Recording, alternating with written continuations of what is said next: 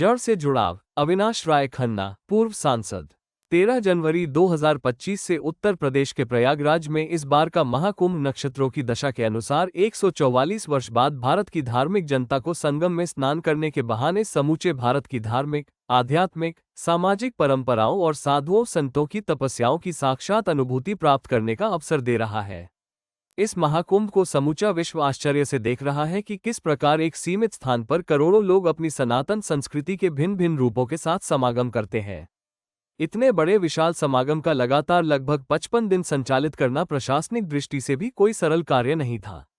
परंतु प्रधानमंत्री श्री नरेंद्र मोदी जी एवं उत्तर प्रदेश के मुख्यमंत्री श्री योगी आदित्यनाथ जी के स्वयं संस्कारित जड़ों से जुड़ाव के कारण ही यह विशाल प्रशासनिक कार्य संभव हो पाया है। हाल ही में मुझे पंडित मदन मोहन मालवीय जी के जयंती समारोह में उन्हीं के एक शिष्य तपोनिष्ठ श्री गणेश जी के द्वारा हरिद्वार में स्थापित सप्त ऋषि आश्रम में जाने का सौभाग्य प्राप्त हुआ। उनका कहना है कि इस आश्रम में मैंने एक प्राचीन वृक्ष के दर्शन किए जो धरती से लगभग 1 फुट ऊपर से गिर चुका है, परंतु उसके दूसरे छोर पर हरे हरे पत्तों की कई शाखाएं थीं। इस दृश्य को देखकर मेरे मन में यह निश्चित सिद्धांत स्मरण में आया कि टूटने के बावजूद भी यदि कोई वृक्ष अपनी जड़ से जुड़ा रहता है तो वह टेढ़ी मेढ़ी अवस्था में हरा भरा और फलदार बना रह सकता है। परमात्मा के द्वारा मनुष्य की उत्पत्ति से पहले ही सारी सृष्टि का निर्माण कर दिया गया था। इस सृष्टि में एक तरफ जीव, जंतु तथा पक्षी आदि थे तो दूसरी तरफ अनेकों प्रकार के वृक्ष, वनस्पतियां आदि थे। इन सभी जीवों और वृक्ष वनस्पतियों को अलग अलग प्रकृति के अनुसार निर्धारित नियमों के अंतर्गत उत्पन्न करके पालन पोषण तक की व्यवस्था की गई। प्रकृति कहते ही इसी को है जो अपने निर्धारित नियमों के अनुसार संचालित होती है। सृष्टि की रचना के बाद मानव की उत्पत्ति करके उसे एक स्वतंत्र बुद्धि दी गई। मनुष्य का ये कर्तव्य था कि वो स्वयं परमात्मा के साथ जुड़ा रहकर इस प्रकृति का अपने पालन पोषण के लिए लाभ प्राप्त करता। वे कहते हैं कि इस वैदिक दर्शन को ही वैदिक विवेक कहा जाता है कि हम सृष्टि से उतना ही प्राप्त करें जितने हमारे पालन पोषण के लिए आवश्यक हो।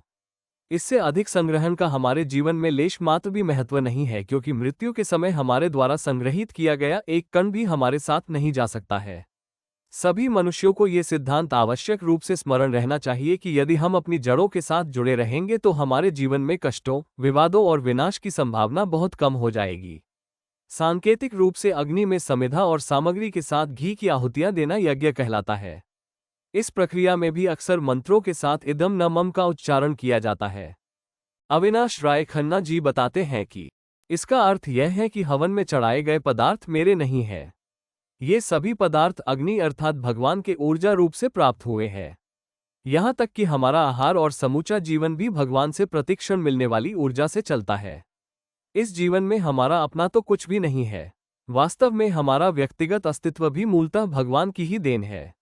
सामाजिक रूप से यज्ञ का यही अर्थ निकलेगा कि हमें केवल अपने लिए ही नहीं जीना है, अपितु दूसरों के लिए जीना है।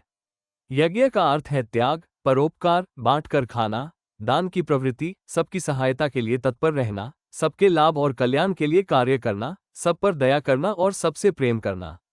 इस वैदिक संस्कृति को ही संपूर्ण गीता का सिद्धांत माना जाता है, जो हमें प्रेरणा देती है कि हम बिना किसी प्रतिफल और कामना के सबके प्रति समर्पित भाव से सेवा में जीवन बिताएं। प्रत्येक कर्म का प्रतिफल तो प्राकृतिक रूप से परमात्मा का ऊर्जा रूप स्वयं ही निर्धारित करता है और प्रत्येक व्यक्ति को उसके कर्मों के अनुसार सुख अथवा दुख के रूप में प्राप्त होता है। वे कहते हैं कि हमारे गुरुओं का संदेश था, नाम जपो, कीर्त करो, वंड के छको।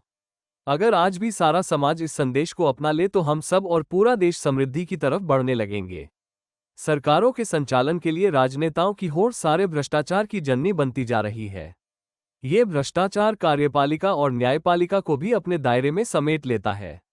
किंतु समाज की इस व्यापक दुर्दशा के बावजूद कुछ गिने चुने लोग जीवन को यज्ञ की संस्कृति से जोड़कर यह सिद्ध करने में सफल हो जाते हैं कि वे आज भी वैदिक जड़ों से जुड़े हुए हैं और हमें अपनी जड़ों से जुड़ने के लिए प्रेरित करते हैं।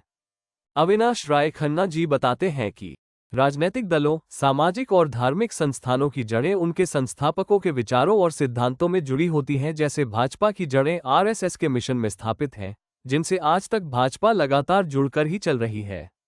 कांग्रेस की जड़ें स्वतंत्रता आंदोलन से जुड़ी थीं, परंतु कांग्रेस आज अपनी उन जड़ों को भूल चुकी है। मेरा देशवासियों से निवेदन है कि संपूर्ण मानव जाति की जड़ें वैदिक यज्ञ संस्कृति से जुड़ी हुई हैं, परंतु जहां वैदिक संस्कृति से कटा हुआ समाज दिखाई देता है, वहां शांति की कल्पना करना व्यर्थ है। सुख, शांति, प्रेम, सद्भाव और समृद्धि के लिए यह आवश्यक है कि मनुष्य अपनी आध्यात्मिक और सांस्कृतिक जड़ों को यज्ञ संस्कृति में ढूंढने की कोशिश करें और उनके साथ जुड़ें। जड़ों से जुड़ाव ही कलयुग की सारी समस्याओं का समाधान दे सकता है। आप देख रहे हैं न्यूज़ हंट टीवी और सब्सक्राइब करें न्यूज़ हंट 07 को।